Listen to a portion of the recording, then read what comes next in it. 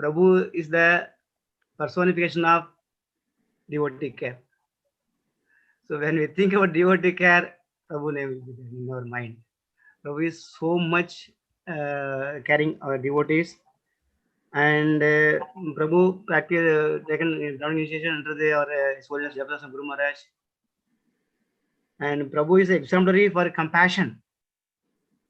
Prabhupada said that greatest compassion one can show on humanity is to give Krishna Bhakti.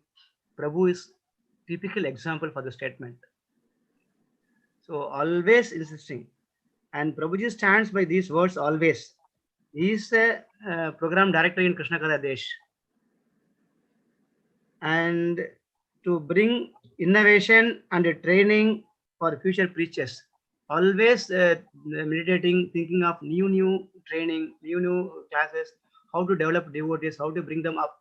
So like that, we always keep on thinking because we are working together. I'm very close to the particularly night shift also, always keeping studying, reading, preachers, and what we do, how can bring the devotees, is keep on meditating on this point. And he is the senior most Vaishnava leading in Krishna Katha Desh. He is one of the pillar.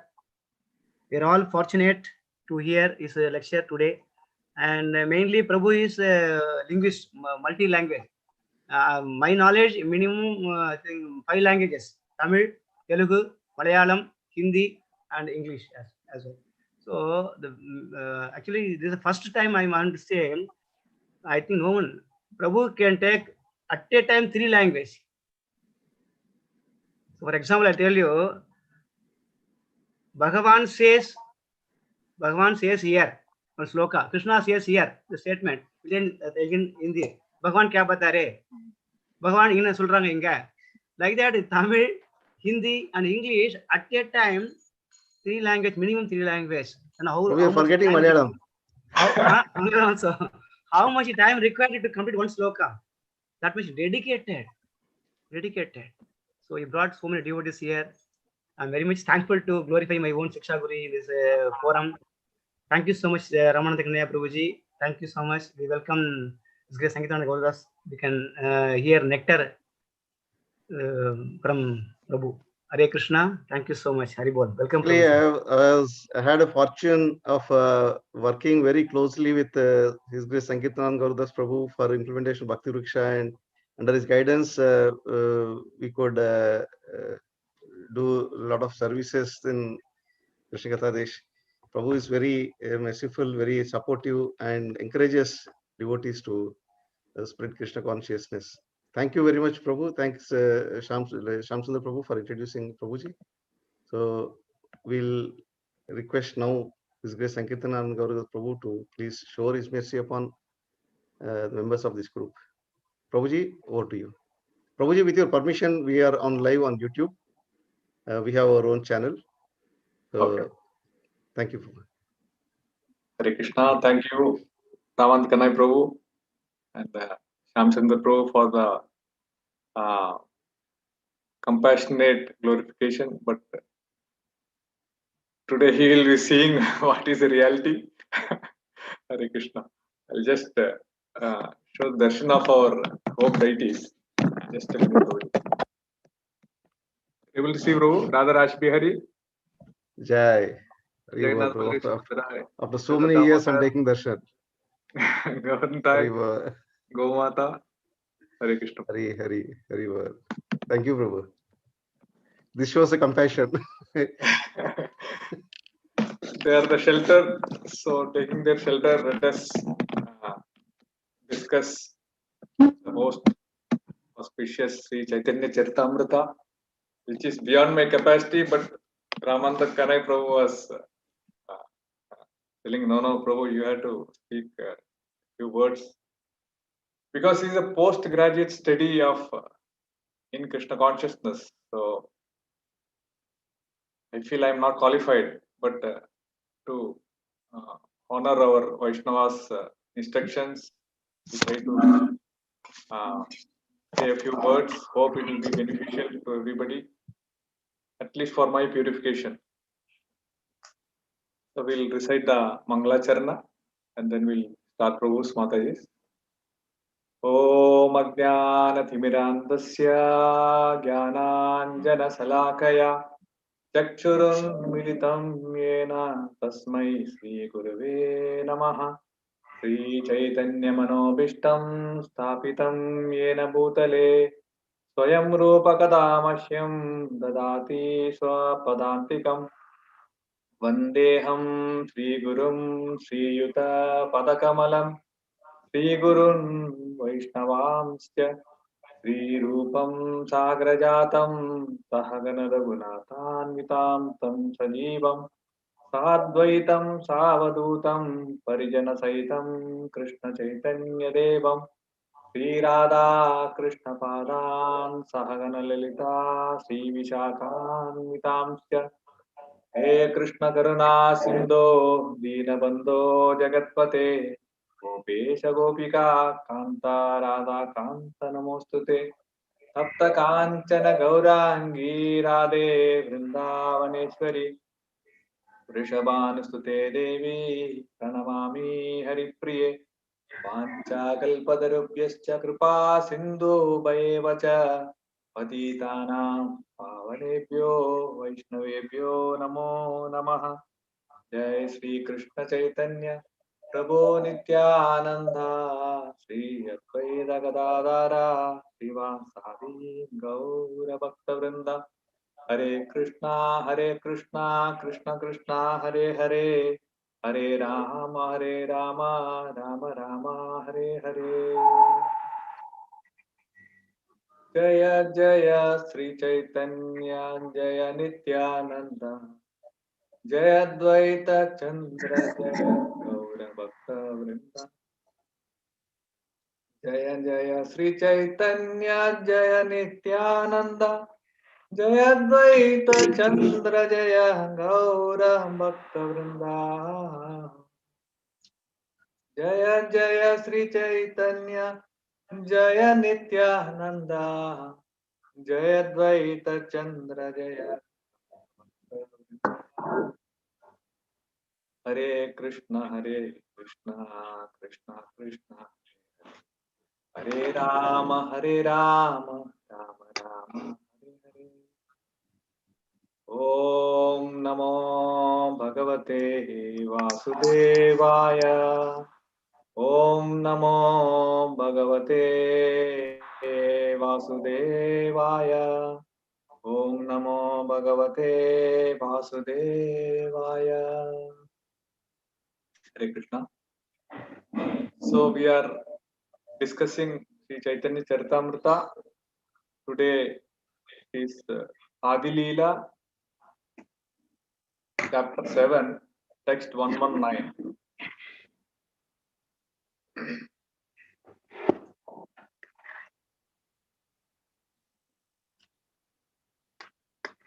So chapter 7 is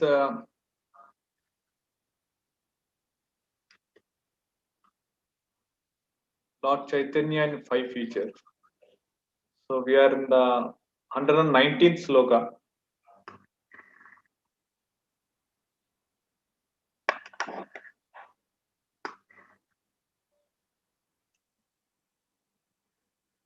So this sloka Srila Prabhupada has written a long purport which indicates the importance of the sloka. So let us see, taking shelter of Srila Prabhupada's wonderful purports, which give us the true insight about the deep philosophy of Krishna consciousness, especially Sri Chaitanya Charitamrta. So we'll recite the sloka and then we'll go step by step, word for word, meaning, translation, and purport.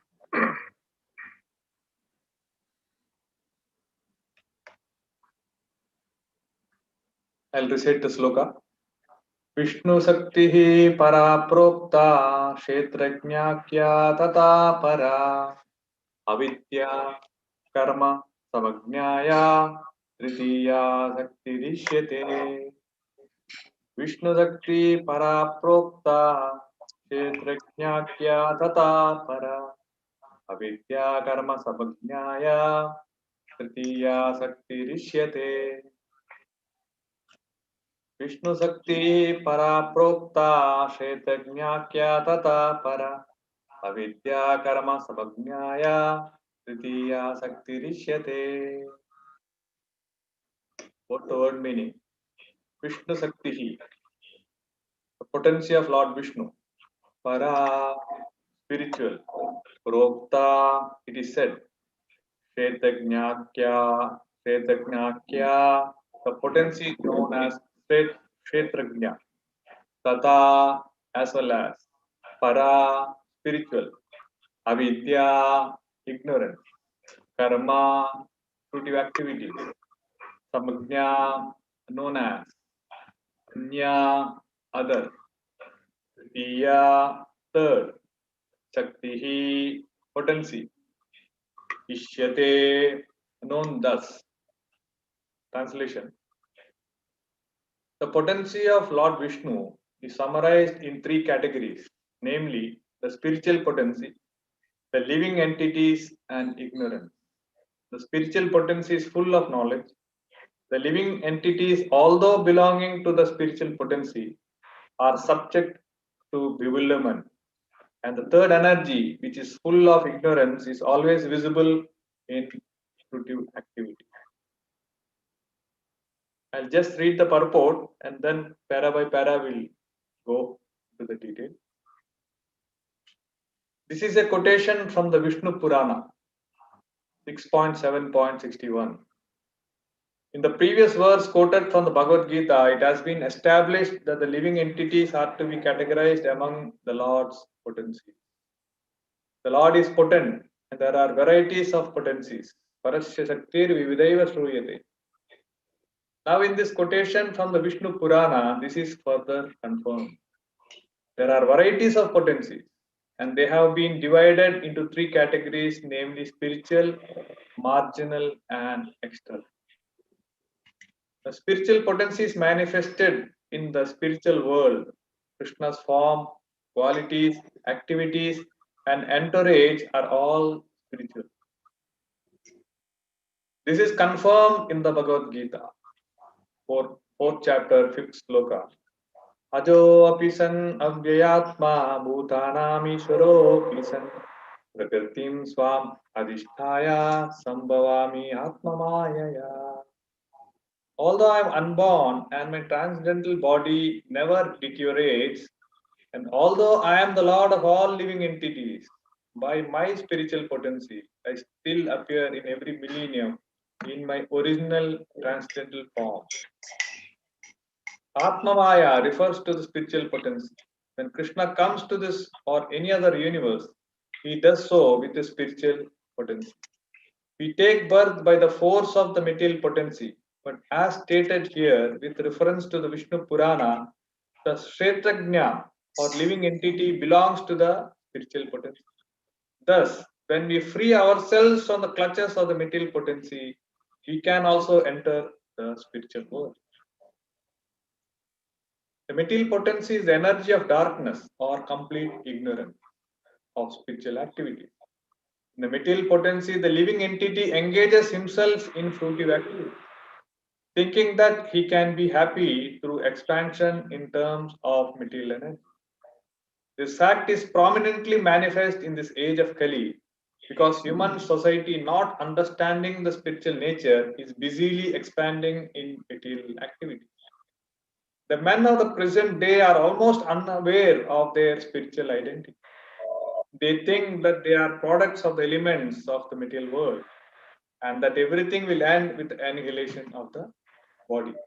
Therefore, they conclude that as long as one has a material body consisting of material senses, one should enjoy the senses as much as possible. Since they are atheists, they do not care whether there is a next life. Such activities are described in this verse as avidya karma samajnaya. The material energy is separated from the spiritual energy of the Supreme Personality of God. Thus, although it is originally created by the Supreme Lord, he is not actually present within it.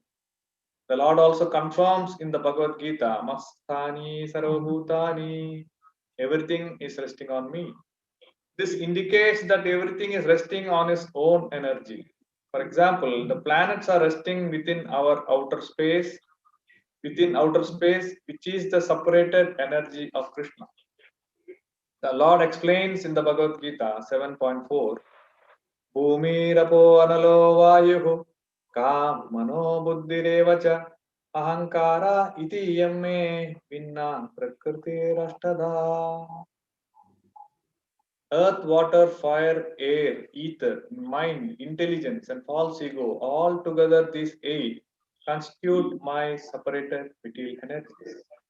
The separated energy acts as if it were independent, but here it is said that although such energies are certainly factual, they are not independent but merely separated. The separated energy can be understood from a practical example. I compose books by speaking into a dictaphone, and when the dictaphone is replayed, it appears that I am speaking personally. But actually, I am not. I spoke personally, but then the dictaphone tape, which is separate from me, acts exactly like me. Similarly, the material energy originally emanates from the Supreme Personality of Godhead, but it acts separately, although the energy is supplied by the Lord. This is also explained in the Bhagavad Gita 9:10. Maya dikshena pragatihi suyate sacharacharam. This material nature is working under my direction, O son of producing all moving and unmoving beings. Under the guidance or superintendence of the Supreme Personality of Godhead, the material energy works as if independent, although it is not actually independent. In this verse from the Vishnu Purana, the total energy of the Supreme Personality of Godhead is classified in 3 divisions, namely the spiritual or internal potency of the Lord, the marginal potency or the Kshetrajna, the living entity, and the material potency which is separated from the Supreme Personality of Godhead and appears to act independently. When Srila Vyasadeva, by meditation and self-realization, saw the Supreme Personality of Godhead, he also saw the separated energy of the Lord standing behind him. Avasyat Purusham Purnam Mayam Chitat Apasrayam. Vyasadeva also realized that it is this separated energy of the Lord, the material energy, that covers the knowledge of the living entity. Yaya sammohita jiva atmanam trigunatmakam. The separated material energy bewilders the living entities, jivas, and thus they work very hard under its influence, not knowing that they are not fulfilling their mission in life. Unfortunately, most of them think that they are the body and should therefore enjoy the material senses irresponsibly, since when death comes, everything will be finished. This atheistic philosophy also flourished in India, where it was sometimes propagated by Charvaka Muni, who said, Grinam kritva gritam pibet yavat jivet sukham jivet tasmi bhutasya dehasya kudaha punar agamano bhave. His theory was that as long as one lives, one should eat as much ghee as possible. In India, ghee, clarified butter, is a basic ingredient in preparing many varieties of food. Since everyone wants to enjoy nice food, Charvaka Muni advised that one eat as much ghee as possible. One may say, I have no money, how shall I purchase ghee? Charvaka Muni however, says, if you have no money, then beg, borrow, or steal, but in some way secure ghee and enjoy life. For one who further objects that he will be held accountable for such unauthorized activities as begging, borrowing, and stealing, Charvak Muni replies, you will not be held responsible. As soon as your body is burned to ashes, after death, everything is clean. This is called ignorance. From the Bhagavad Gita, it is understood that one does not die with the annihilation of his body. Na hanyate hanyamane sarire. Bhagavad Gita 2:20.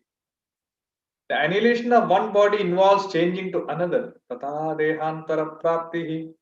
Therefore, to perform irresponsible activities in the material world is very dangerous. Without knowledge of the spirit soul and its transmigration, people are allured by the material energy to engage in many such activities, as if one could become happy simply by dint of material education or material knowledge, without reference to spiritual existence. Therefore, the entire material world and its activities are referred to as avijna karma samajnaya. Avidya karma samajnaya. In order to dissipate the ignorance of the human beings who work under the material energy, which is separated from the Supreme Personality of Godhead, the Lord comes down to revive their original nature of spiritual activity. Yada yada hidharmasya glanir bhavati bharata. Bhagavad Gita 4.7. As soon as they deviate from their original nature, the Lord comes to teach them Sarva Dharman Parityajya Mamekam Saranam Braja. My dear living entity, give up all material activities and simply surrender unto me for protection. 18.66. It is a statement of Charvak Muni that one should beg, borrow, steal money to purchase ghee and enjoy life. Trinam Kritva Gritam Pibe. Thus, even the greatest atheists of India recommended that one eat ghee, not meat. No one could conceive of human beings eating meat like tigers and dogs, but men have become so degraded that they are just like animals and can no longer claim to have a human civilization. Translation purport by His Divine Grace A.C. Bhaktivedanta Swami Srila Prabhupada ki jai. नमो भगवताय विष्णुपदाय भूतले श्रीमते देवताय स्वामिने नमः नारायणाय प्रभुपदायिने गौरपदामदाय नगरग्रामकारिणे हरि ओम तत्सत् सर्वं कृष्णार्पणमस्तु भगवान् स्वयं Hare Krishna. So, in this beautiful purport, Srila Prabhupada is actually reinforcing the importance of self-realization and filtering us from this false philosophy existing in this material world due to so many factors. One of the factors is the atheist Charvak Muni, who propagated that there is no life after this life is finished, which is the main objective or concept on which the modern world is running. They think that this is the only life, okay, let us enjoy it to the maximum. Srila Prabhupada in the Bhagavad Gita, he says that Purushaha Prakritohi Bhungte Jan Gunan. So in the Prakriti we are stuck actually. And we are trying to enjoy. Actually, what we are enjoying is the three modes of material nature. So not understanding that this is a trap, it's a Maitanagara, this prison house, we are trying to enjoy the prison house. Say, like for example, if you think, of course, devotees celebrate birthdays by being Krishna conscious or serving Vaishnavas, serving the Supreme Lord. But otherwise, in the material world, if you see, birthday celebrations are very grand. It's like celebrating our entry into the jail. It's a foolish kind of thing. We are in the jail and we are celebrating the entry date. Same day, every year we celebrate, oh, I am so happy in the jail. So philosophically, when you look at it, it's so funny. Nobody celebrates the entry into the jail, right? But we are doing that because we are ignorant of the philosophy of Krishna consciousness or Atma Tattva. So in this beautiful sloka of Chaitanya Caritamrta, a part of it explains about creation and about the Supreme Lord Vishnu. So we have Pradhana, we have Mahatattva, then the Brahmanda is formed, and then all the jivas come out from Garbhodaksai Vishnu's navel and are separated based on the desires and previous activities on separate planetary systems. There are 14 in count in this material world, and somehow we ended up in on Bhumandala because we are a little passionate. It is told in the Gita, Urdhva gachanti satvasta, madhye tishtanti rajasa, jagannaya guna vrittista adho gachanti tamasa. So everywhere it is again the three modes of material nature which are controlling the jiva because of the association. So those who are passionate, it is told that they will come back to the Bhumandala, the earthly planet. Those who are in Sattva Guna, they travel to the higher and higher planets. And those who are in Tamoguna, they go to the Adogachanti, means with low consciousness bodies, which are like trees and plants and fishes. Like in the Padma Purana, it is mentioned the categorization. Jalajana Lakhani, Stavara Lakshvimsati, Kurmayor Rudya Sankyaka, Pakshinam Dasha Lakshana. So all the categorization is given of the 84 lakh species.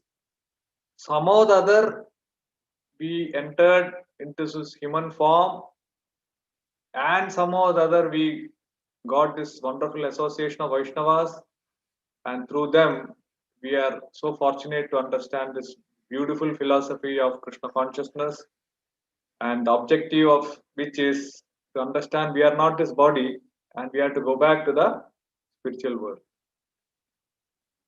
So Vishnu Shakti para prokta Kshetrajnakya tata para avidya karma samajnaya tritiya Shakti.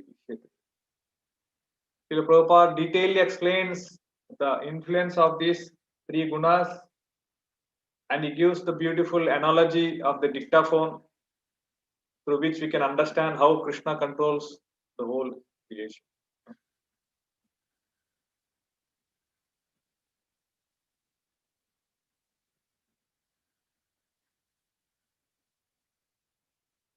So here, this is from the Vishnu Purana, Srila Prabhupada explains. So he refers to the previous sloka, which is from the Bhagavad Gita, which categorizes the three Shaktis. Krishna has got unlimited Shaktis, Parasya Shaktir, Vividaiva Sruyate, Swabhaviki, Jnana Bala Kriyacha. It is Swabhava, it is very natural for Krishna, it is not at all a big issue controlling this universe, because all energies do their respective activities. The Antaranga Shakti, the Bahiranga Shakti, and the Tatastha Shakti. In the first para, he explains about the spiritual energy, marginal energy, and the external energy. Prabhupada said the spiritual potency is manifested in the spiritual world. Krishna's form, qualities, activities, and entourage are all spiritual. And this is confirmed in the Bhagavad Gita. Ajopisan avyayatma bhutanam ishwaropisan prakritim swam adhishtaya sambhavami atmamaya. It is mentioned that because of anukampa, deep love for all the jivas, Krishna comes again and again to save us from this most miserable material life of birth, death, old age, and disease. Understanding of which is the beginning of our spiritual life. That the real problems that we actually face are Janma Mrityu Jara Vyadi Dukkha Doshanu Darshana. But in the busy life that we lead in Kali Yuga, the philosophy sometimes slips out of our consciousness. And then because of that, we end up doing activities which are contrary to our constitutional position. So to be always in the consciousness of our real constitutional position, we have to have very strong Vaishnava association through personal association, through the association of Srila Prabhupada's books, his lectures, and the lectures of his disciples and senior devotees, and our seva, which is also a crucial aspect of our remaining in our constitutional position. So these factors which stabilize us in our consciousness of Krishna has to be seriously taken up. Initial stages we may not feel much, we may take it very lightly due to various interests that we have. Some are interested in knowing, just gaining knowledge, but that will end up in what is called as intellectual sense gratification. Gaining a lot of knowledge and being happy in what you know. But the whole success of our spiritual life depends on the activities that we do for the pleasure of Guru and Gauranga. So that is the definition given by Rupa Goswami in Bhakti Rasamrita Sindhu, Nectar of Devotion. Anya Abhilashita Sunya Jnana Karmadi Anavritam Anukulyena Krishnana Silanam Bhakti Ruttam. So this factor, this is like a quality control sloka. How much are we doing for the pleasure of Guru and Gauranga, and how much are we doing for the pleasure of ourselves? So this differentiates the purification of our consciousness. The purification of our consciousness is revealed to the percentage we are able to remember Krishna. Because that is an internal thing, only Krishna can identify, nobody can identify, Guru and Krishna can identify. But externally we may have so many activities, but internally we may be disconnected. Or on the contrary, if we see pure devotees, they're internally connected and externally they may appear disconnected. So that's why identification of a Vaishnava is not very easy. So these things are all explained. And here in this third paragraph, Srila Prabhupada writes, Krishna comes out of his sweet will. Nobody can control Krishna because he is completely independent. Swarat. In the first sloka of the first canto of the first chapter of the Bhagavatam, it is mentioned, isn't it? We have seen Swarat. He is completely independent, but he gets controlled by love. That is Krishna's position. He is completely spiritual, whether he's a baby child of 3 months or in the battlefield of Kurukshetra, he is 125 years old. He is completely independent. Swarat. He is Abhignat Swarat. He is aware of everything and he is independent of everything. Everything is depending on Krishna's energy and Krishna's mercy. But our Janma, our birth in this material world, Srila Prabhupada writes here beautifully, we take birth by the force of material potency. It is mentioned, Karmana Devanetrena Janto Deha Upapadyate Striya Pravishta Udaram Pumso Reta Kanasrayaha. So the process of how we enter into this material world is very wonderfully explained by Srila Prabhupada in so many purports. It is told Karmana Devanetrena. So our activities are completely monitored by Krishna's energy, Krishna's agents in the form of demigods. In the Bhagavatam it is mentioned there are witnesses continuously monitoring us. The sun, the moon, Vayu, Agni, Bhumi, the Dikpalakas, everybody, including the Paramatma, all are monitoring the activities of the spirit soul. And by the force of Devanetrena, by the force of evidence, we are put into a certain family, a certain mother's womb. Jantor Deha Upapadyate. because each of our activities are different. That's why each of our birth is in a different situation. In some different families, it's different position, different state, different culture. It is changing. And the shape, color, height, weight, everything is different because our activities differ. That's why we have different bodies, different situations. Jantor deha upapatti. How we enter striyo udaraha.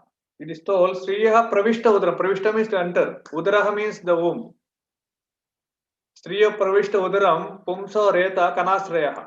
We take the shelter of a father and enter into the womb of the mother. This is all controlled by Devanetrena.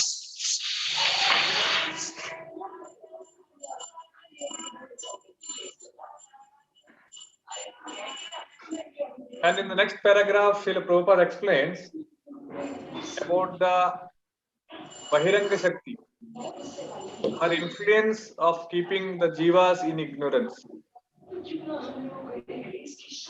And the sign of ignorance is mentioned that we expand material activities. Long back, we had a visit of Jay Advait Sam Maharaj in Krishna Katha days, maybe 10, 12 years back. So in one of the lectures, he was telling a very beautiful point. The point was very simple, but the meaning was very deep. He told, like we have a marriage ceremony, we marry, and then after marriage, we expand. We have our expansion plan, which is natural. We have wife, we have children, then we have a house. So all the activities are expanding. Striyaha, Vistara means expanding. He told, okay, this is okay. Expansion plan should be there, but then we should have our winding up plan.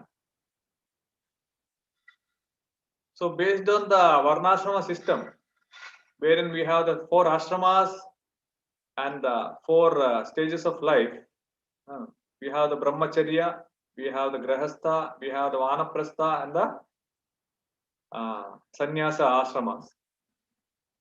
And we have what we call the 4 Varnas, Brahmana, Kshatriya, Sudra and Vaishya and Sudra. So whatever is our position, we have to follow this to achieve perfection. At least in Krishna consciousness, there is no barrier of caste, creed, or color, or nationality, anything. It is Deva Varnashrama system. But we have to follow the ashramas to the extent possible. The time period given for a jiva, like the first 25 years for Brahmacharya, next 25 for Grahastha, next 25, next 10 years only, 50 to 60 Vanaprastha, and 60 and above it is Sannyasa. So the winding of plan has to begin at 50. In the Vanaprastha stage, we delegate things to our children, slowly coming out of all entanglement. And after 60, we should be completely immersed in serving Krishna.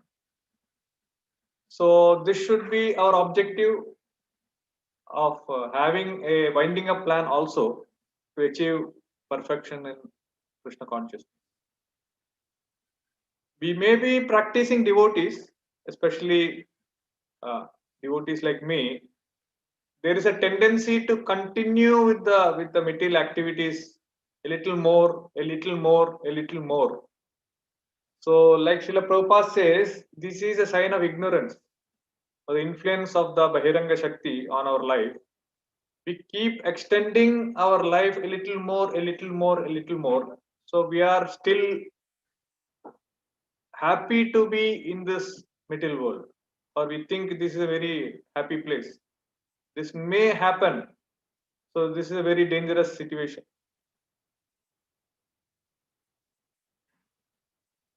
And this is very prominent in Kali Yuga. We tend to get influenced very easily. So we see all around our place, people are expanding their material activities, earning more, having more facilities. It is keeping on increasing, increasing, increasing. There's no end to that. Because we are living among even non-devotees due to various reasons like employment and earning money, business, or many things, there is a tendency to be attracted. They may feel a very attractive alternative, but this is a very dangerous thing. Srila Prabhupada writes in the purport, it's a sign of ignorance. We are drifting away.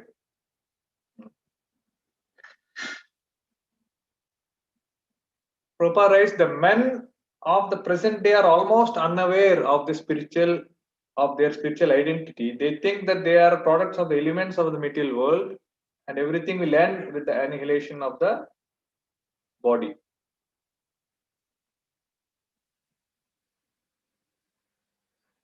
There is a famous Leela of Srila Prabhupada wherein he meets the Professor Kotowski in Russia.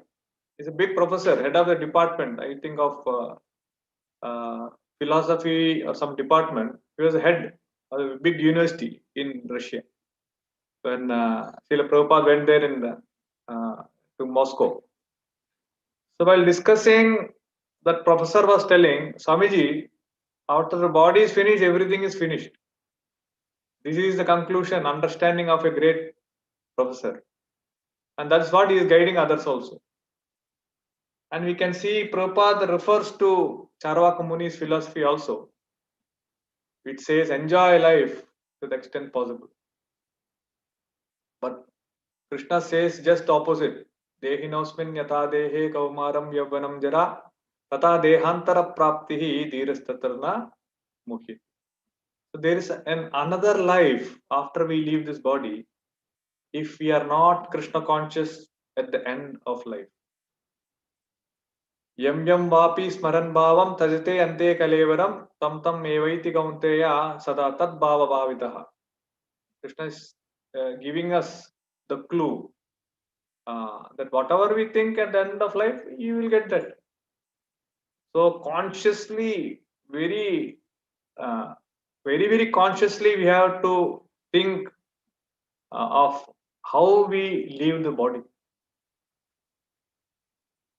The art of living is actually the art of dying. If we perfect the art of dying, then we are perfect in the art of living. So Krishna consciousness beautifully brings us to this very important point in our life, how to leave the body. And so many activities are given by Srila Prabhupada which help us be Krishna conscious at the end of life, which is actually the most difficult time that we may face.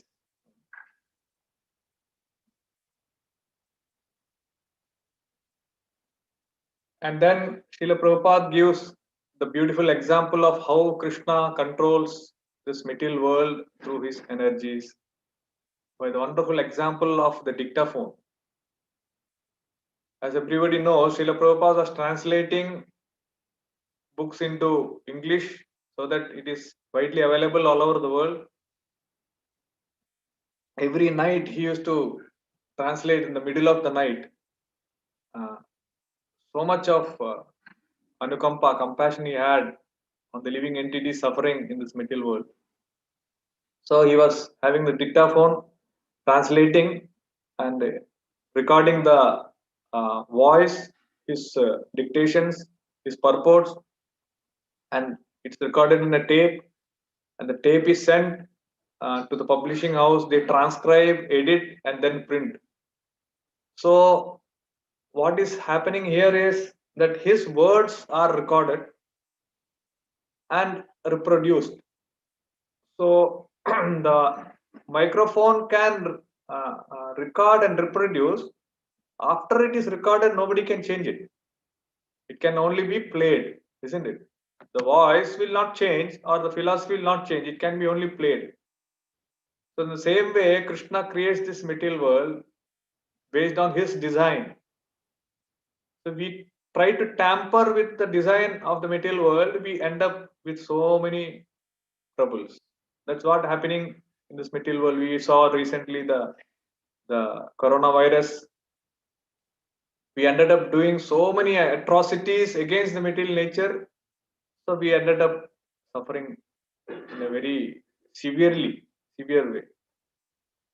So we tamper with Krishna's design, we end up in serious difficulty.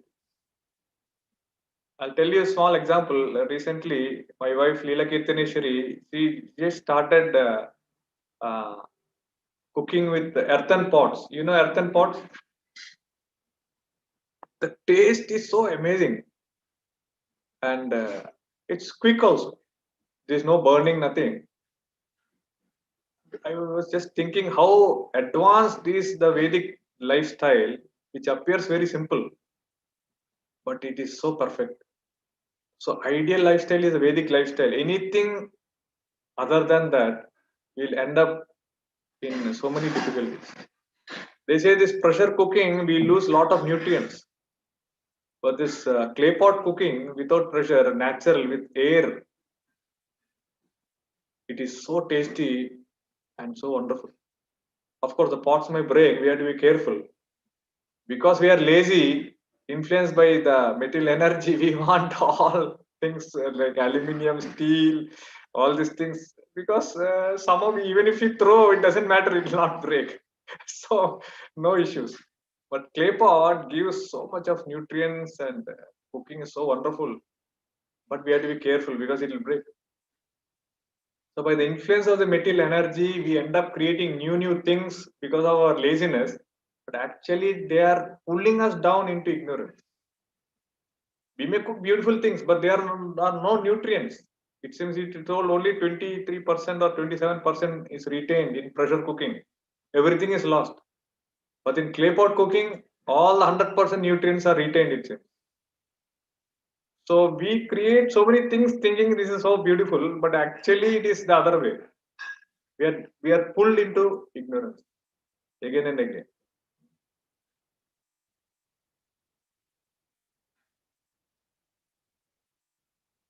And here one more point Srila Prabhupada explains. It is the separated energy of the Lord, the material energy that covers the knowledge of the living entity. How it covers? In the 3rd chapter, 40th sloka, it is mentioned. Indriyani manobuddhir asya adhishtanam uchyate eter vimohate esha jnana avritya dehinam. So we have Indriyani, the senses, Mano, and the Buddhi, the mind and intelligence. These are the 3 places. The senses, the mind, and the intelligence. The lust resides in these 3 places. And it covers our real knowledge. Jnana avritya. Avritya means to cover. Cover the knowledge of the Jiva. Dehinam. The person who has accepted the Deha, the body. So the senses have to be controlled, the mind has to be purified, the intelligence has to be sharpened. So Sastric study will help in sharpening the intelligence. Chanting the holy name purifies the mind. We have the famous teachings of Lord Chaitanya, Cheto Darpanamarchana, isn't it? And Madhuram Madhurebhyopi, Mangalebhyopi Mangalam, Pavanam Pavanebhyopi, Hare Namaiva Kevalam. Kevalastakam, the holy name is glorified like anything. It is the most purest of the pure. So we are associating with the holy name for purification of the mind. And the senses get purified by honoring prasadam, by serving Vaishnavas, by serving the Supreme Lord.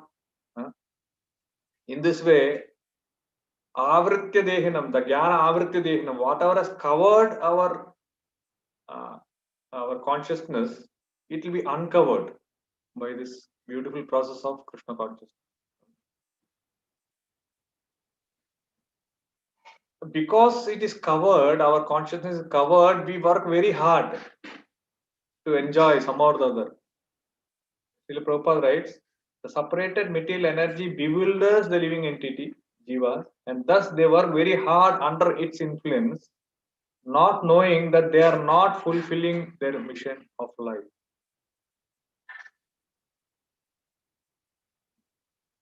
It is told in 15th chapter, 7th sloka, famous sloka everybody knows, Mamayavamso Jiva Loke Jiva Bhuta Sanatanaha Mana Sastan Indriyani Prakritistani Karshati. Karshati means work very, very hard. Because the objective of material life is so many, we have to do so many things to meet the objective and be happy. But in spiritual life, the objective is one, serving Guru and Krishna and Vaishnavas and go back to the spiritual world. So when we are involved more and more in the material activities, we become more and more, it becomes more and more difficult in life. The more and more we come into the Krishna consciousness activities, the more and more it becomes more and more blissful. But because avritya dehinam, jnanam avritya dehinam, because the ignorance covers us, we think just the opposite. We think spiritual life is very difficult and material life is very easy. But actually it is the other way around. Material life is so difficult. Prabhupada says it's almost impossible. Spiritual life is difficult but not impossible. Like this. And the famous Charvaka Muni, who propagated this atheistic philosophy, has penetrated, or we can say supported by the modern philosophers and scientists. And this atheistic philosophy is rampantly propagated all over, and everybody is trapped in this philosophy of enjoy life. Eat, drink, and be merry. This is a philosophy. Recently, I was hearing a lecture of Bir Krishna Goswami Maharaj, our Prabhupada's disciple. He was telling a very interesting point. He compared the hippies with the devatas, the devaloka. The hippies, what they do, they eat, isn't it? Drink, dance, and be merry, isn't it? So the spirits, the heavenly planets, this is exactly the same thing they are doing. The apsaras are there, and dancing is there, somarasa is there, drinking is there, all these things are there.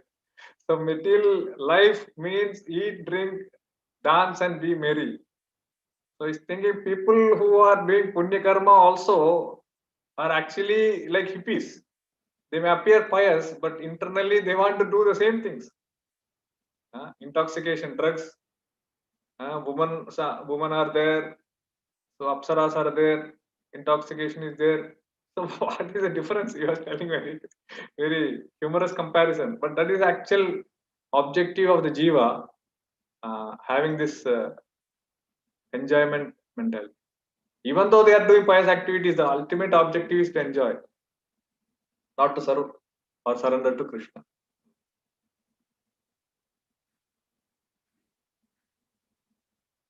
Charvaka Muni says, even if you steal and eat ghee, no problem, because you will not be held responsible, because the deha is finished, everything is finished. See how dangerous philosophy it is. If the philosophy is not proper, people end up doing different things, right? Now they think this body is for enjoyment and nothing other than that.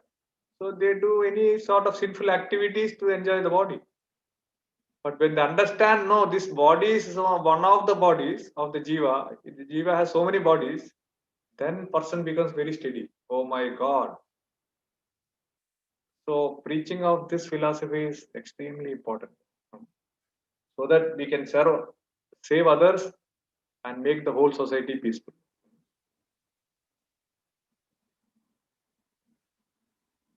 Prabhupada writes, therefore, to perform irresponsible activities in the material world is very dangerous. Without knowledge of the spirit soul and its transmigration, people are allured by the material energy to engage in many such activities, as if one could become happy simply by the dint of material knowledge, without reference to spiritual existence.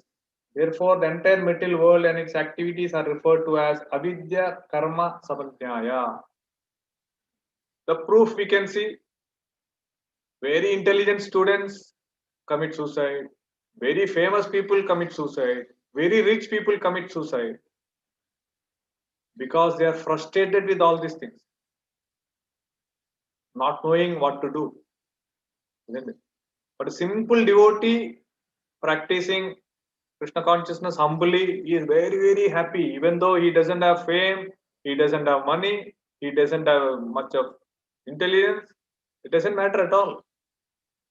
How wonderful is Krishna consciousness?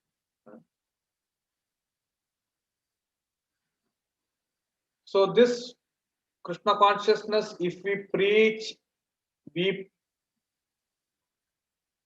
become dear to Krishna, we become dear to all the acharyas, we become dear to all the Vaishnavas. Yaidam paramam muhyam madbhakteshu abhidashyati bhakti maya param kritva maam eveshyasi asamsaya.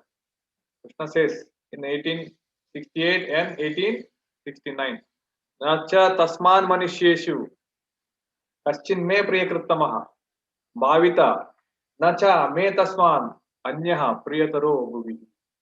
There is no one more dear to the person who is preaching this Krishna consciousness. So this is so important. Srila Prabhupada says preaching is the essence. Of course, all the devotees are very nicely engaged in preaching this wonderful philosophy.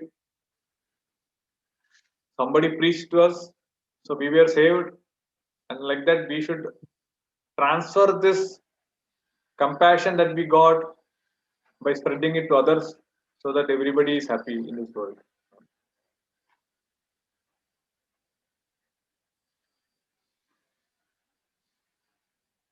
Krishna says Sarvadharman Parityajaya to bring us into our constitutional position, which is to surrender to him and serve him.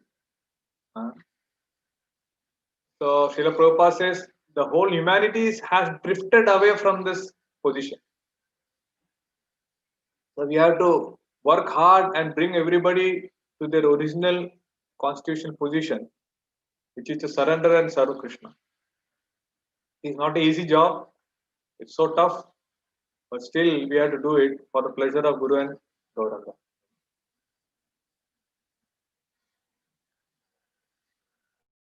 In the last sloka, in the last para,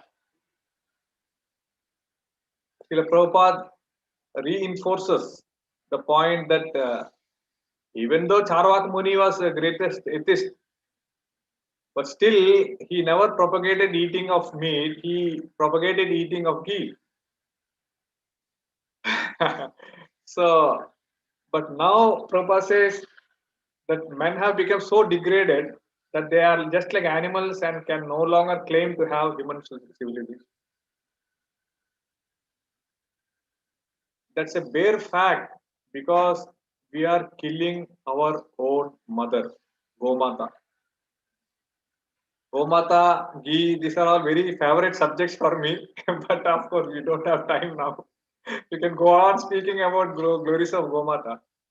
But inherently, for our spiritual life to progress very fast, we have to serve Gomata. It's very, very important. Yaya sarvamidam vyaptam jagat stavara tam denum sirsa vande bhuta bhavyasya matara.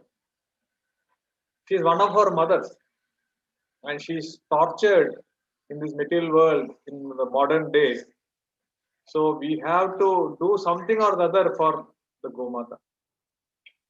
It will help us progress fast in our Krishna consciousness. Krishna will be pleased. Isn't it? Namo Brahmanya Devaya Go Brahmana Hitaya Cha Jagat Hitaya Krishnaya Govindaya Namo Namah. Krishna becomes extremely pleased when we are serving Gomata. And this way, our taste for the holy name, taste for devotional service, taste for seva, everything will improve just by serving Gomata very nicely. Because we are living in cities, we cannot have Gomata or Goshala here. At least we can support the Goshalas of our temples, and whoever is there doing Gomata Seva, we have to support. In this way, we can enrich our own life, spiritual life, and also make the world auspicious, because anybody harming Gomata, we cannot expect to be happy. The whole material world will be in a very difficult condition if you are hurting her, and this is what is happening in the material world. Even the greater atheist is telling you eat ghee and be happy, because ghee has got a very special nature. It gives pushti, tushti, santushti. It gives satisfaction. Anything cooked in ghee, it gives deep satisfaction.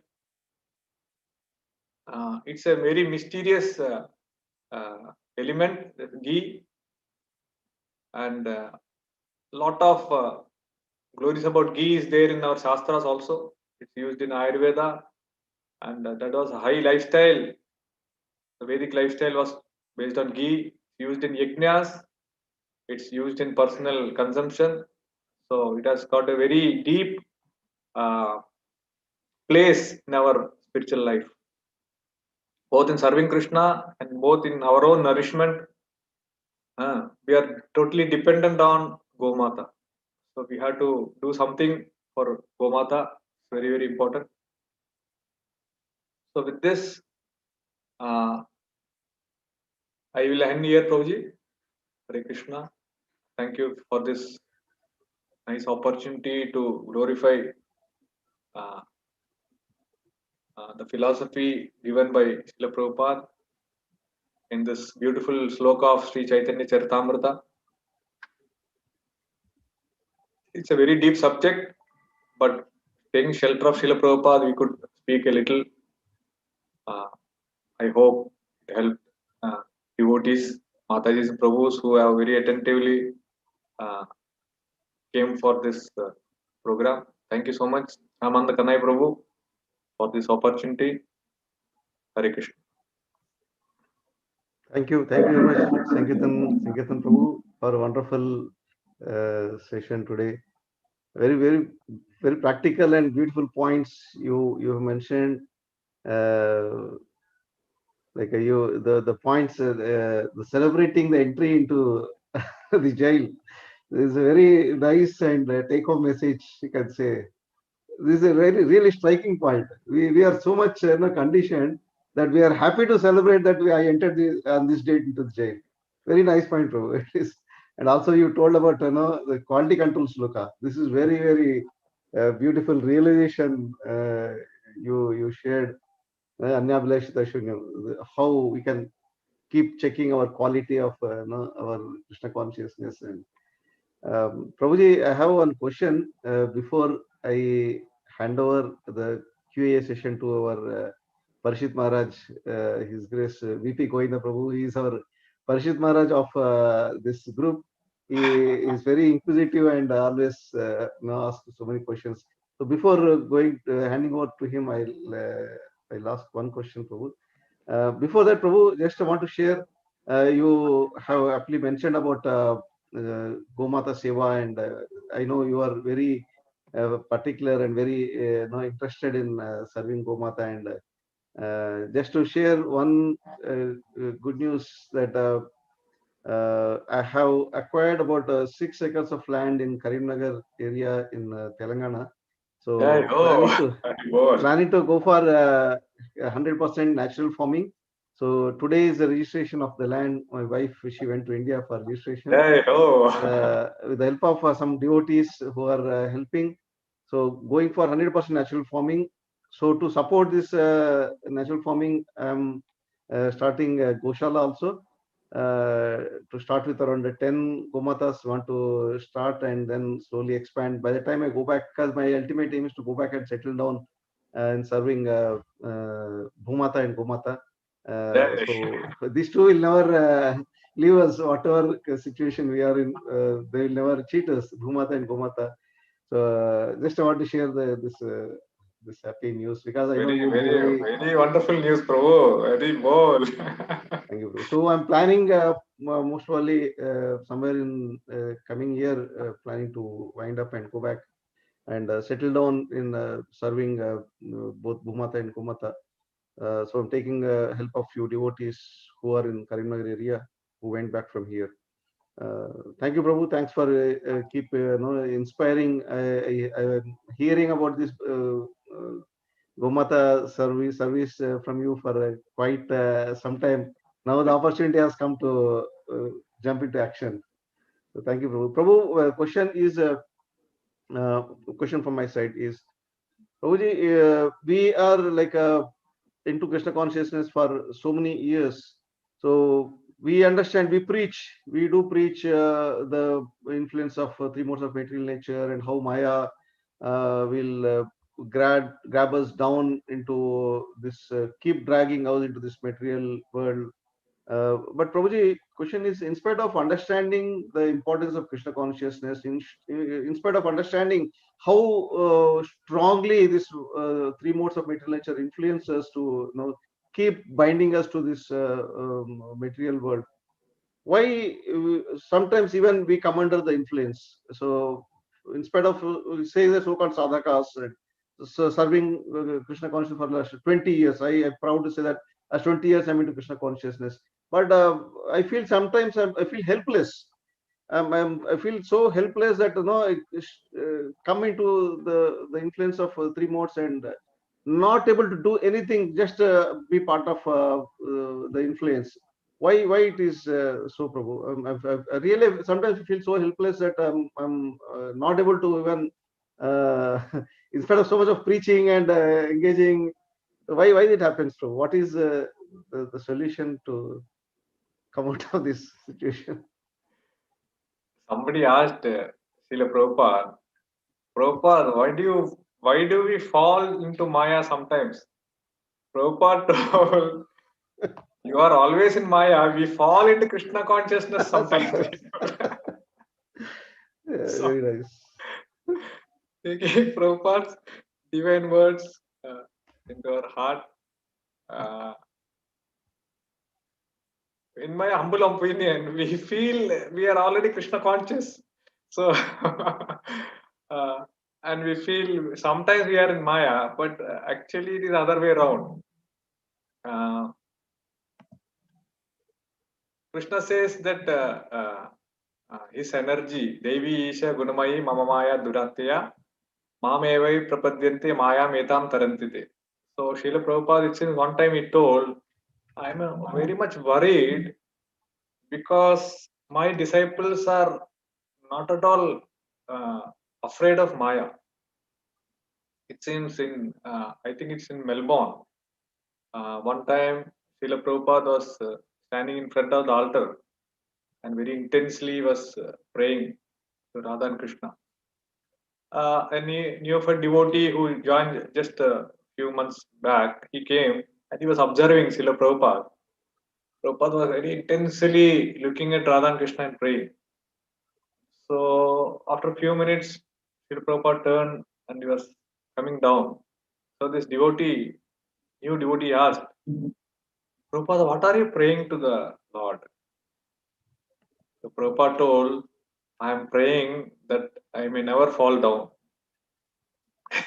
Can you imagine? So, taking Srila Prabhupada's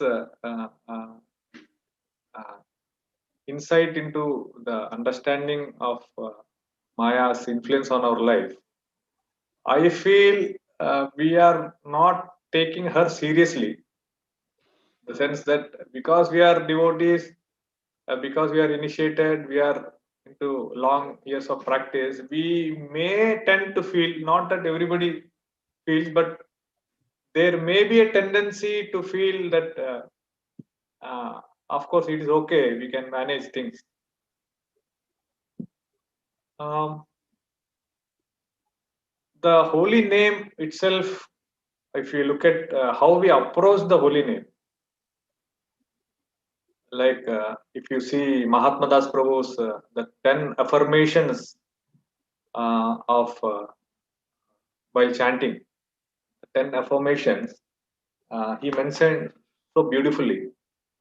So if we look into each of our activities that we are doing daily, like chanting, where is our mind while chanting? Or we are doing deity worship, where is our mind during deity worship? Or doing seva, we think where is our mind during seva? So this 10 affirmations, if we just look at, because 2 hours every day we are spending in chanting. Every day we are spending in chanting. So I was thinking the other day that even though we are chanting for so long, we are not having that ruchi, that intense taste for chanting. He says, I happily and enthusiastically welcome the holy name every japa session. Of course, I'm telling about me, not happening. Second, I chant my rounds with focus and attention. When I chant, not happening. I get to chant, I want to chant, and I love to chant. Not really. Fourth, I treat the Mahamantra as Radha and Krishna, fully present in sound. Not at all.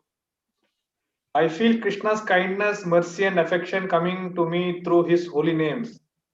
Sometimes, when problems are solved, my beats are my direct connection with Krishna and my ticket back to Godhead. But when I see my beat bag, I feel it is like a Great Wall of China. Oh, how I have to cross 16 rounds.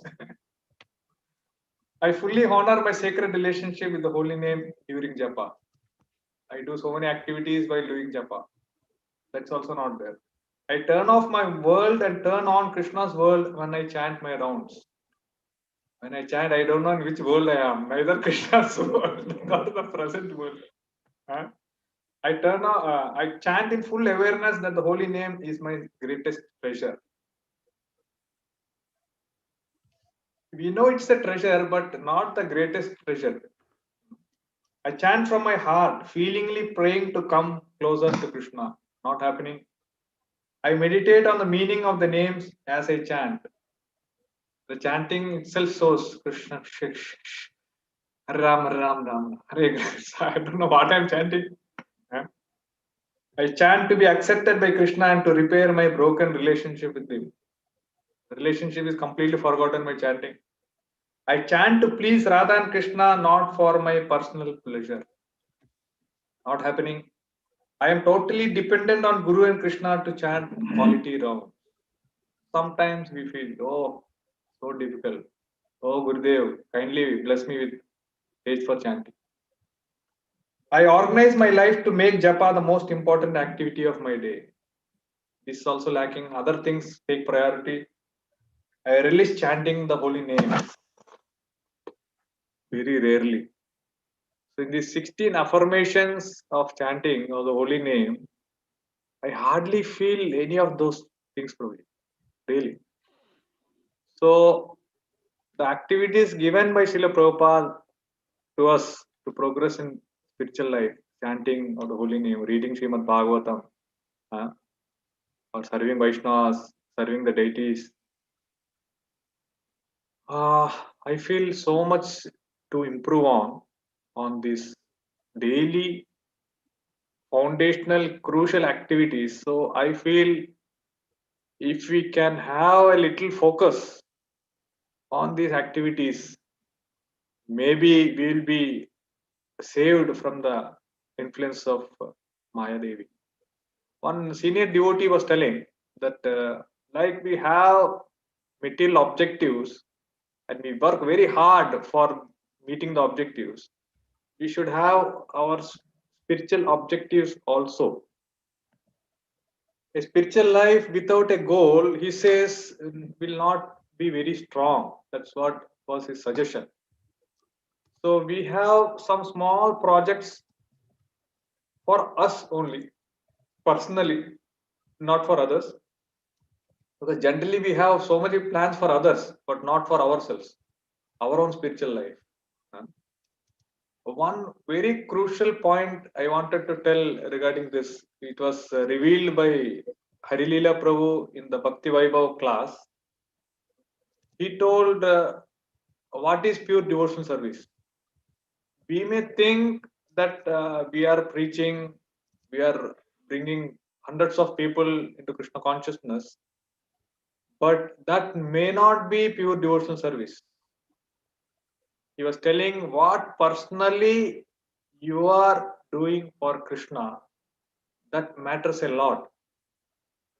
We may be doing for the organization, for the moment, for others, but what are you doing for yourself with the relationship with Krishna that you have? What are you personally doing for him?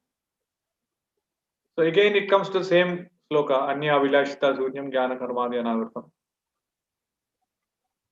So I humbly feel that we may have to reorganize our life in such a way that we are able to go deeper into our relationship with Krishna, especially the chanting that we are doing, consciously avoiding the 10 offenses will help in a great way to escape the powerful material energy of the Supreme Lord. This is my humble opinion, Prabhu. Hare Krishna. Thank you, Prabhu. Very, very practical, and yeah, you are right. The chanting needs to be focused properly because that is the foundation of everything. Thank you, Prabhu. So I request His Grace VP Govinda Prabhu.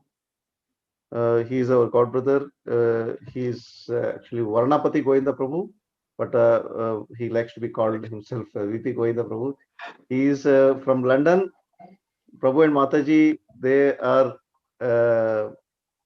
regularly attending the sessions, Caritamrta sessions. You know the time difference in London and this part of the world. Still, every Saturday, Prabhu and Mataji, they religiously. I don't think Prabhu has missed even one session since he joined the group. VP Govinda Prabhu, please take over this session, Prabhu. Hare Krishna. Thank you so much. Hare Krishna. Thank you so much, Prabhuji. Danvat pranams. Really enjoyed it. Was the way you put things through. The context was very relatable on a daily basis. You mentioned birthdays. You mentioned pressure cooker. So these are the things. It's not obviously you mentioned a lot of references from Shastras, but it was very relatable. Now, Prabhuji, I don't see any question in the chat. However, Mataji just raised the hand. So I will request Shripata Radha Mataji.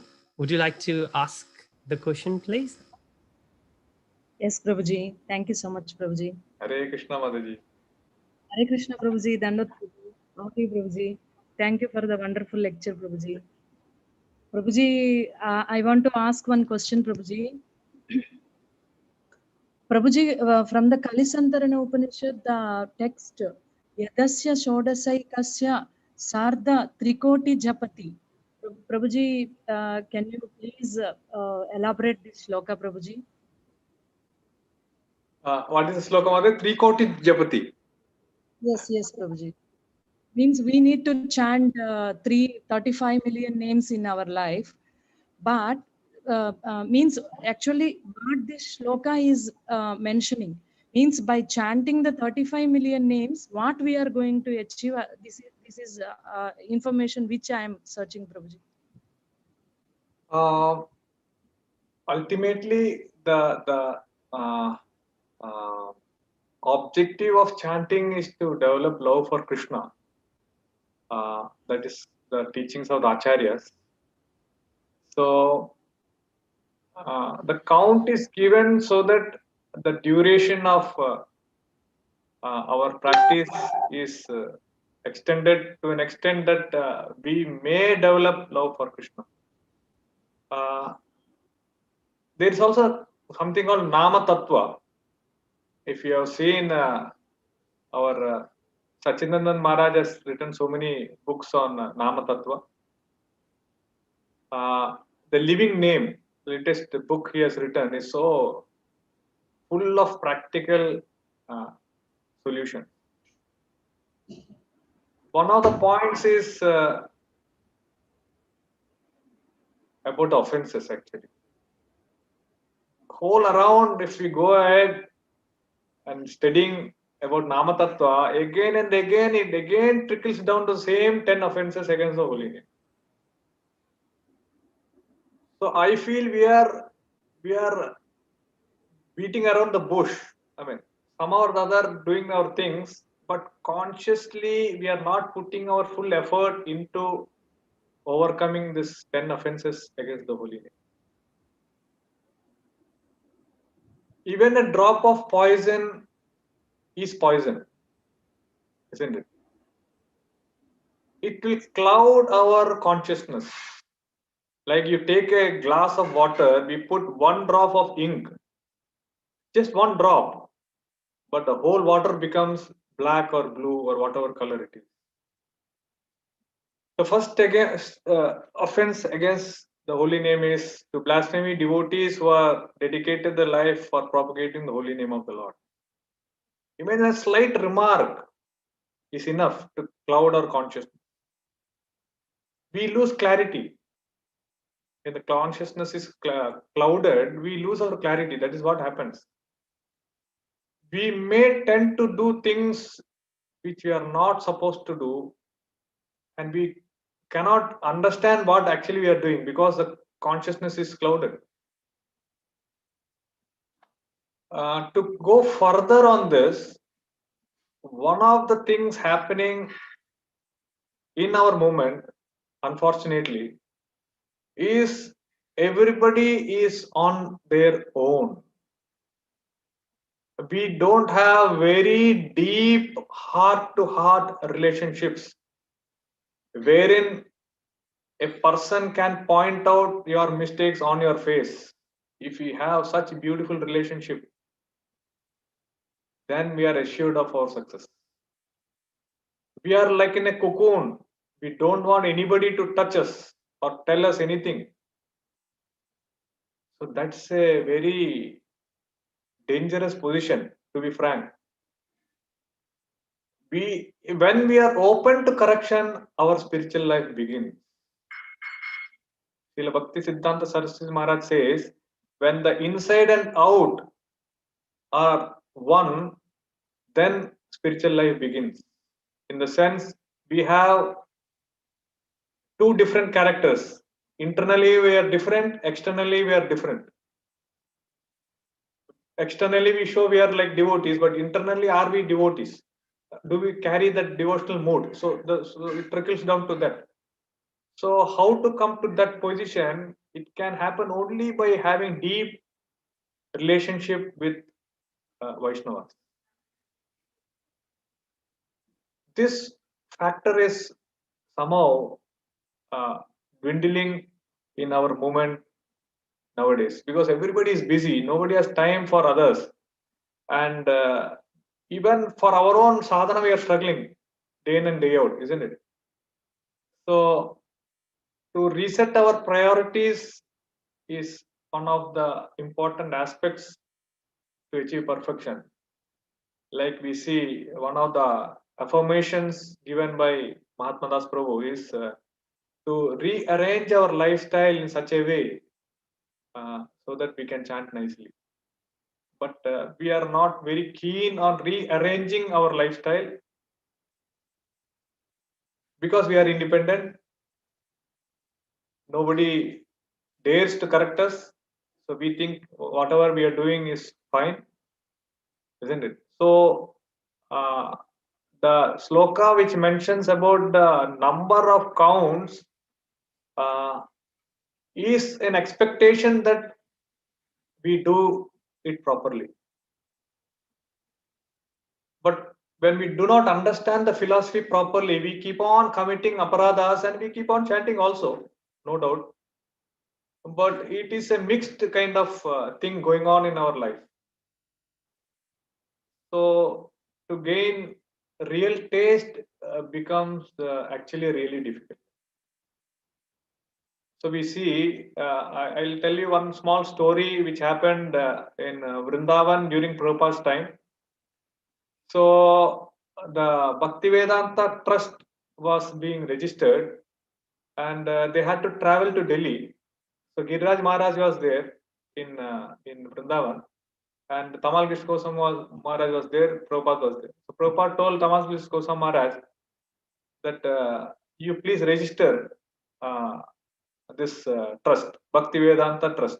So Tamal Krishna Maharaj told our Giriraj Maharaj, you please go and you register in Delhi and you come back. So there was a devotee, a local devotee who was not committed, he was not initiated, but he was helping a lot our ISKCON project in Vrindavan. So he was also there. He was a local man. I forgot his name. If anybody remembers, you can tell the name. I forgot his name. So he was there, and he and Giriraj Maharaj went to Delhi. They registered the trust, and they came back, because at that time in 70s transport and the roads were not in a very, what we can call, appreciable in that time. So it was a little late in the night he came back. So Giriraj Maharaj gave the document to Tamal Krishna Maharaj, and he went to sleep. He was dead tired, and he closed the door and he slept in the room. And Tamal Krishna Maharaj, he read the document. There was a serious mistake in the name, registered name. Instead of Bhaktivedanta Trust, they wrote Bhaktivedanta Charitable Trust. There's a big meaning, difference in meaning. So Prabhupada was upset. Tamal Krishna Goswami Maharaj was fuming. He came in the middle of the night. It was almost 12:30, 1 o'clock. He banged on the door, dum, dum, dum, very hard. So Giriraj Maharaj immediately woke up. Oh my God, middle of the night, who is banging like this? And he woke up, he opened the door, he saw Tamal Krishna Goswami Maharaj. He threw the paper on the face and started blasting him like anything. What foolish thing you have done? You are registered in the wrong name, and he blasted like anything. Do you know whom you are serving? His Acharya is going to save the whole world. What foolish thing you did? Blasted left and right. Giriraj Maharaj was a little upset at that time, but later on, he was glorifying the relationship that he had with Tamal Krishna Goswami Maharaj, and the way he got corrected in his spiritual life. He says, this is the relationship I cherish. Because of him, I understood what seriousness that I should have in serving Srila Prabhupada. It is a merciful correction of Tamal Krishna Goswami Maharaj which has helped me be what I am today. So this is the relationship, Mataji, that I feel if we have in our spiritual life, it will be most wonderful. It may be difficult to digest, but we will develop taste for the holy name or for devotional service. This crucial aspect is somehow or other lacking, or say it's reducing in our movement nowadays. But at least 1 or 2 devotees we should have in our life who can correct us on our face, blast us maybe, chastise us, of course out of love for our spiritual life. But we should have a relationship like that. That is the whole point. We should search out for that. We should search out for that. Who know us in and out, who know our moods and our behavior and traits and everything they know about us. And we should give them the freedom to correct us wherever it is.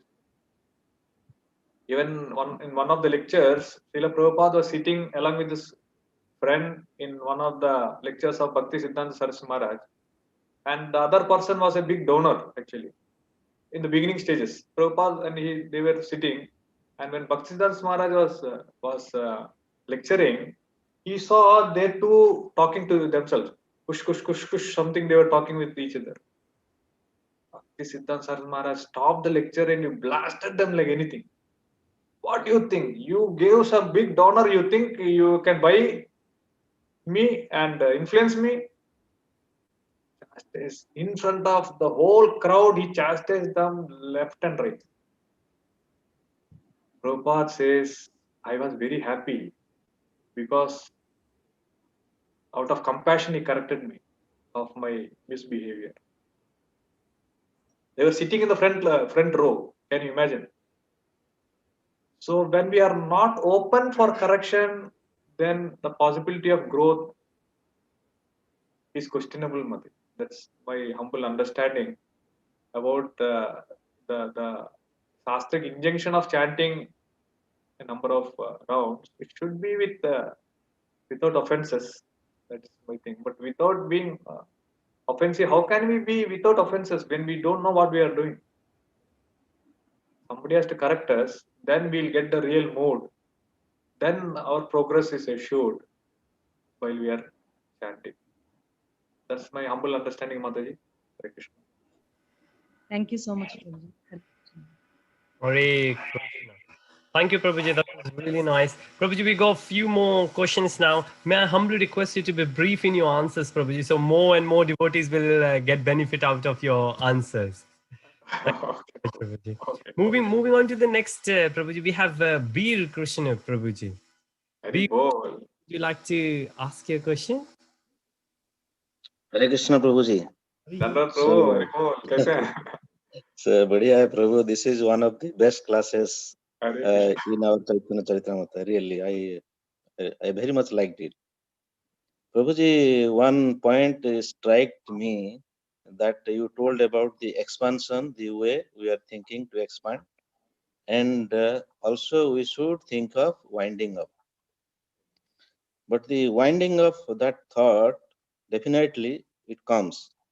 But the moment, okay, we are from India, we have to go to India and settle and do the devotional service and spread Krishna consciousness and help in Prabhupada's mission. But the moment we go to India, the consciousness level, it goes down. And the test, the moment, and again when we come back here, the test of devotional service, we get more here. So then how to wind up? So can you please really advise on this point? So people will block your winding up plan. That's what they are telling.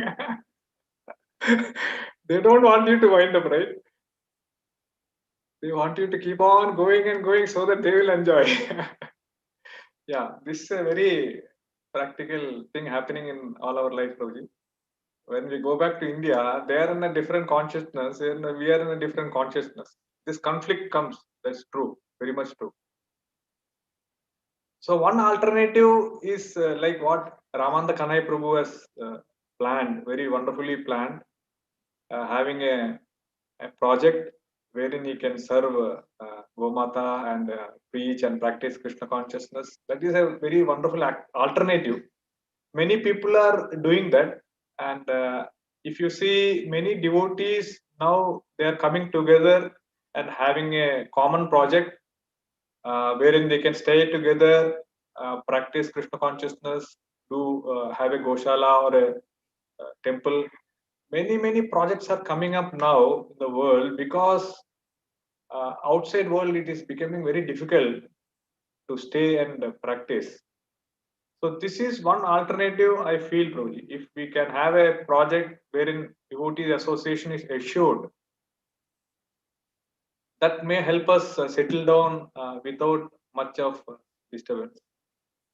And another very important point in our spiritual life is to consult with our spiritual master about what are his instructions for us.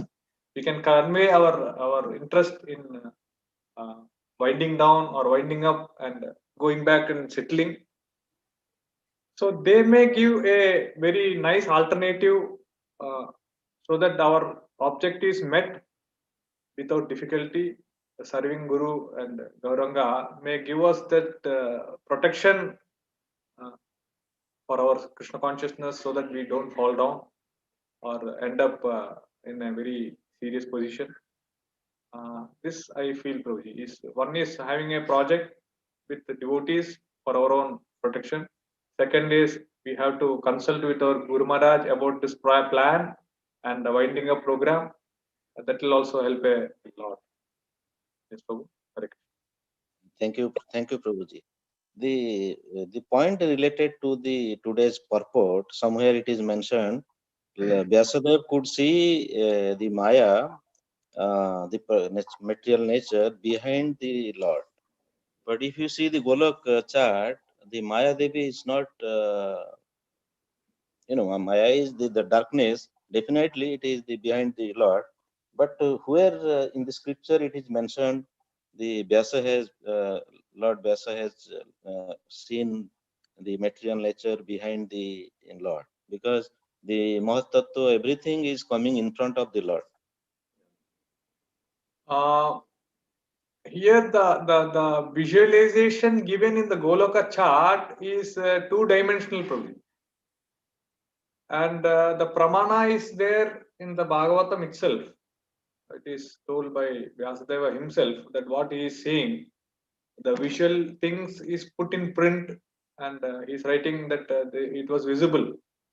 And Prabhupada is Parasya Shaktir Vividaiva Shruyate.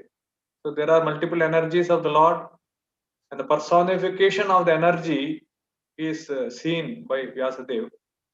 So there is no other alternative but take the word of Vyasadeva, who is the literary incarnation of Krishna, and progress in our study of Bhagavatam. That's what I could feel. I mean, I do not have much understanding on this aspect of how he could see the energy of the Supreme Lord, material energy of the Supreme Lord. So the Bhagavata Pramana, we take it as it is. By the mercy of Srila Prabhupada, we got the purports and translations, which is the condensed version of the teachings of the previous acharyas. So we take it as it is. That's what is my humble understanding for you. Thank you. Hare Krishna. Thank you. Prabhuji, next question is from Pundrik Maharajan Prabhuji. And the question is on Vanaprastha. A bit more details about it. At what age one should accept Vanaprastha? Any preferred location? And what we should do with the daily commitments? How to plan it for the future? So one practical point Jay Sam Maharaj was telling, which is easily can be practiced. I am trying now. So formally accepting Vanaprastha may not be very practical if we want to continue our jobs and other engagements. But if we are really serious, then above 50 to 60 is the Vanaprastha time given in the Shastra to detach ourselves from our routine life. So above 50. So Jayat Samaraj told we have to start practicing like a very practical point. He told the husband and wife should have separate beds. Much better separate rooms. So very practical tip to detach ourselves from the physical relationship. A very practical point. So like that, we have to start planning in small steps. If we are very greatly inspired, we can immediately take the Vanaprastha, of course, by the guidance of our spiritual master, because it is change of asrama. So we have to take the guidance of spiritual master. But some elements of Vanaprastha, like going deeper into our study, going deeper into our chanting, going deeper into our preaching, and slowly extracting ourselves from the family entanglement, like delegating things to our children, and being a little detached physically, I mean, from our spouses, having separate beds, having separate rooms.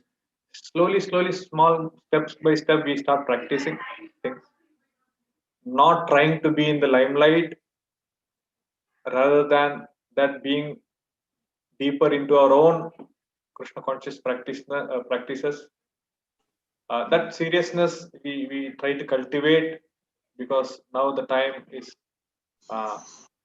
Vanaprastha ashrama above 50. So this may help us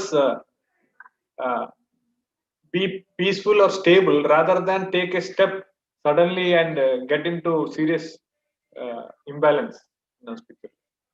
That's my humble opinion, though. Haribo.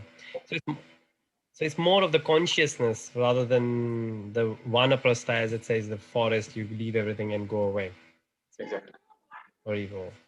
Thank you so much, Prabhuji. Prabhuji, the next person, next devotee in the queue, Neeraj Dakshi Govind Prabhuji. Prabhuji, would you like to ask your question?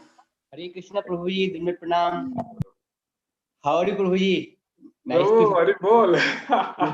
Oh, you remember Neeraj Prabhu? He was in Long time. KKD for some time in between. Yes. yeah, Prabhuji, yeah, it was a He's one of wonderful the lecture, Prabhuji. active preacher in Mathura Desh now. Jai ho. Jai Ho, Prabhuji. Wonderful, You Prabhuji. can see, It was if you can see wonderful Goloka class. chat also behind him. Hare. So, Prabhuji, really wonderful class, and it is really nice to hear from you after a long time, maybe around 8-9 years. And when Prabhuji was mentioning that you are a personification of devotee care, I really recall my days. Means I was a real receiver of that devotee care from you. And even if I was not initiated in the way you cared, I really always cherish Prabhuji, and it's a very important landmark for in my spiritual life. So really, I am really thankful to you. And it was a very wonderful class today. Yeah.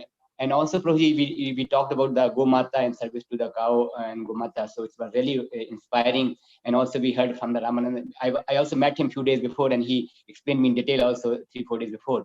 So it is really inspiring that Prabhuji also has taken up that project. So it's a really good inspiration for all of us. Only Prabhuji, sometimes, like when we also when we go to India and meet our family members. So recently we see that even though our people also generally they want the cow protection, service to the cow, but since we have been away from taking care of the cows, and recently there were some bills by the government to stop the cow killing, all those things. So there was one society who was upset because of some different reasons. But you were the people who, all of us, our relatives and friends, who also in general they want and they have a pride and the respect for our values and Sanatana Dharma. They were also not very happy because they always afraid of the strict cattle on those how to take care, particularly old cows and bulls, when they are not giving any benefit. And when we see really we need to take care of them like our parents in that age, then only we can fulfill the mission of cow protection, all those things. Yes. And we know in this society it's very difficult nowadays for us even to live with the parents because of the jobs and all those things, our old parents. So it really becomes difficult. So maybe you can guide us how we shall miss really a lot of change in required in our life. Maybe something you can throw the light on that. So with respect to cow protection, bro, go seva. Yeah, cow protection, and also when they become old like cows and bulls, how we shall take care of them, because they have life even after they give any profit, anything. So how we can use them and how we can still taking care of them, because if we don't take care of them, then the cow protection, all those things, and then it's not getting fulfilled. And people complain that they are troubling, all the animals are troubling, and it's the kind of thing that's a nuisance to the society. So Prabhu, if we look at Gomata, she requires very less, a little grass and maybe some medicine now and then. But economically, they have done a lot of research on Gomata's existence itself. Her cow dung and urine are so fully potent with nutrients, which can flourish any agricultural activity. Just by her presence, just by doing seva to her, all auspiciousness is assured. That's what Shastra says. So it's called end-to-end care, means from birth till death. We completely take care because she is actually our mother. Just by existence, just by her cow dung and urine, we can do so much for our agricultural efforts. Without her, actually, proper agricultural activities cannot be done. The modern thing, which is fully loaded with chemicals, you can see statistically the amount of cancer growth year by year has proportionally or maybe exponentially increased from the time fertilizers were started used in India. Before it was not like that. It was completely based on Gomata's cow dung and urine. But now you see pumping lot of tons and millions of tons of chemicals. The whole food industry has become completely contaminated, and people are suffering with so many diseases, especially cancer. If you see our Govardhan Eco Village, if you have visited, you might be knowing. If not, you please visit Govardhan Eco Village, which is nearby Bombay, 100 kilometers away.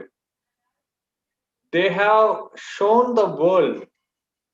The project has got UN award also, United Nations Conservation Award. It's one of the very prestigious awards in the world. They have proved that the Vedic lifestyle is successful even in these modern days.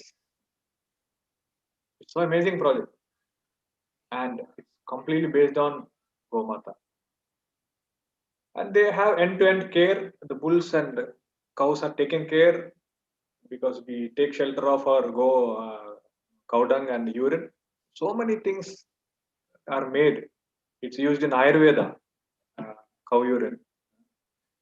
Practically speaking, what we can do is start using go products.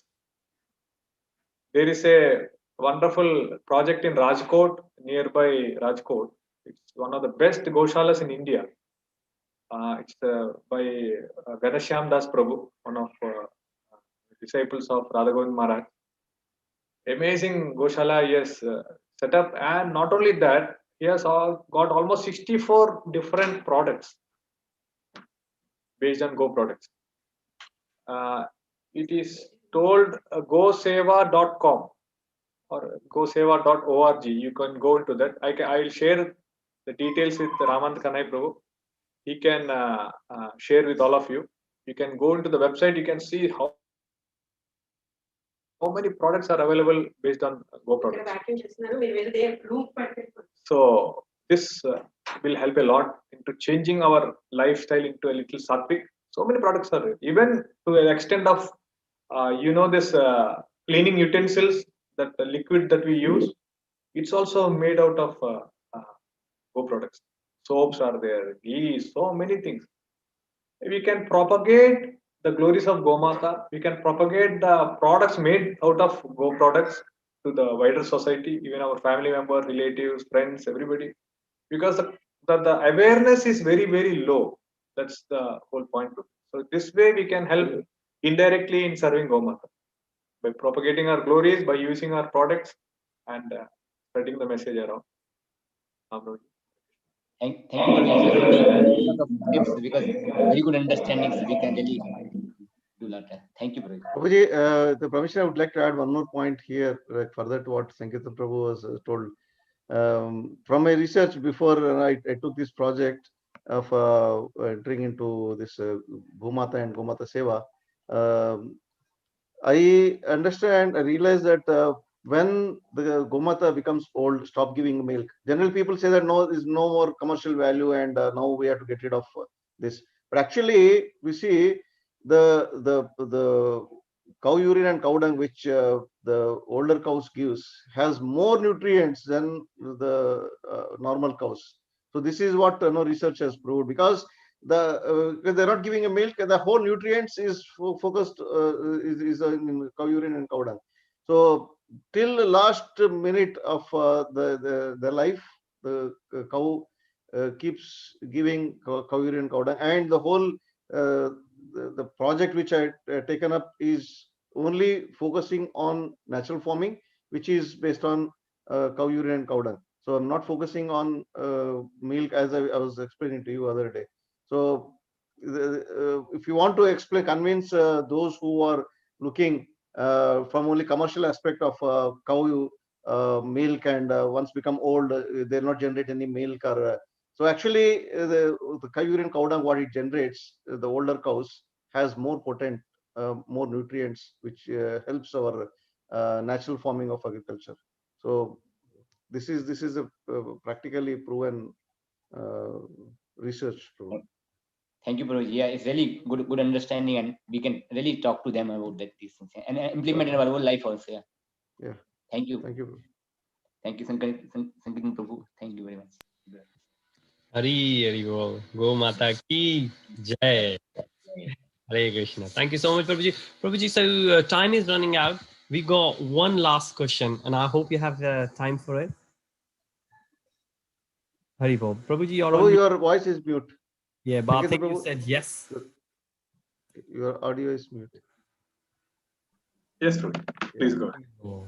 Right. So, Prabhuji, the question is on the birthdays, the remark you made on birthdays. So, one of the Prabhuji is asking that we still celebrate it, but we do it now in Krishna conscious way. Should we continue it or should we stop it? It has to be continued, Prabhu. This is very important in the sense that we can make it as an outreach program. You see, normally what happens, the interfacing with the public is a very critical issue for devotees because they see us in a different way.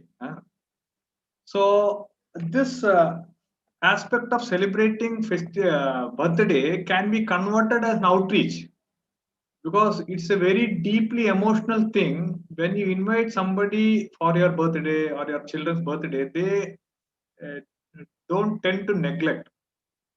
To the great extent possible, we have seen that. As a practicing devotee, what we are supposed to do on the birthday is to give charity and serve Vaishnavas. This has to be done compulsorily. So when we have a program at home, by telling that it's a birthday, we invite Vaishnavas and also outsiders and expose them to Krishna conscious activities like have nice, beautiful kirtan, a little class on say Srimad Bhagavatam or some nice presentation of say Gomata or cow product, something which is helpful for the gross outsiders also, like stress management, or we can have art of child care, which is like an interfacing thing with the outside world, but it is projected as a birthday program. But we have a win-win situation. We do Vaishnava Seva, we do charity, we propagate the glories of Gomata or Go products or the holy name or about the service of Krishna. So we are meeting both objectives by utilizing this birthday as a clever trick. Srila Prabhupada says we cannot cheat people, but we can trick people into Krishna consciousness. Something like that. So that's my understanding, bro. So we should have this birthday celebrations, but planned in a very nice Krishna conscious way, so that the spiritual aspect is highlighted and the material aspect is it'll maybe say 5-10%. We keep it like that. Haribo. Very well said, Prabhuji. Every objection could be considered as the opportunity.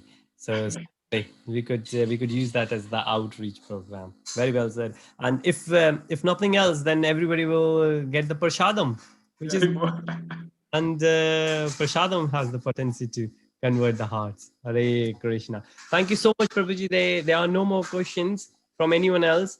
And I think the time is running out as well. You've been there for a couple of hours now.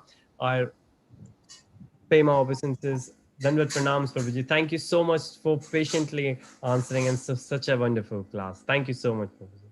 Hare. Thank you, Ramananda Prabhu. Thank you, Prabhuji. Thanks, Varnavati Prabhu. Thank you, VP Govinda Prabhu, for wonderfully anchoring the QA session. So thanks once again for your usual session.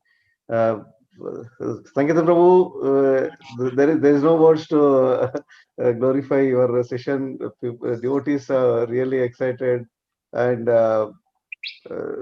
there are one more devotee is raised hand. I don't know whether you have time to attend him. It is more than 2 hours. Do you have time, Prabhu, for a minute? One devotee raised hand. Sure, Prabhuji. Don't want to discourage anybody. Radhajivan Prabhu, you have something to ask? Please unmute yourself and also show your lotus face.